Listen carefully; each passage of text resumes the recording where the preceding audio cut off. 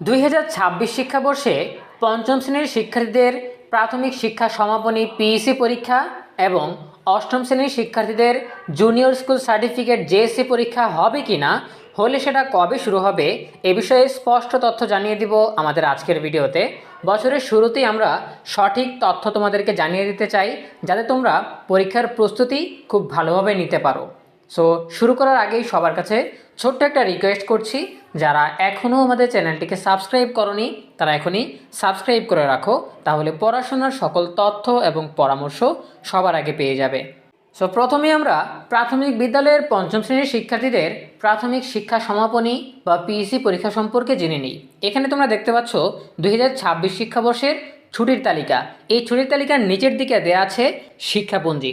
শিক্ষাপঞ্জিতে দেওয়া আছে বিস্তারিত যে এবছর কোন পরীক্ষা কবে শুরু হবে, কবে শেষ হবে।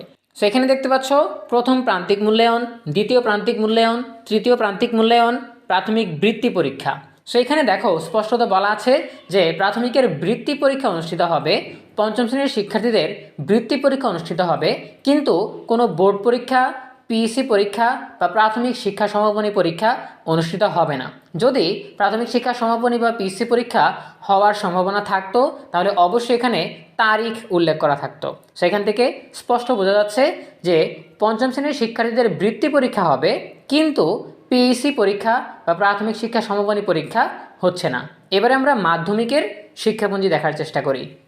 সো এখানে তোমরা দেখতে পাচ্ছ 2026 সালের মাধ্যমিকের ছুটির তালিকা। ছুটির তালিকার পর পরবর্তী পৃষ্ঠায় দেওয়া আছে পরীক্ষার সময়সূচি। এখানে অর্ধবার্ষিক পরীক্ষা, প্রাক নির্বাচনী পরীক্ষা, নির্বাচনী পরীক্ষা, বার্ষিক পরীক্ষা এবং জুনিয়র বৃত্তি পরীক্ষার সময়সূচি কিন্তু দেয়া আছে।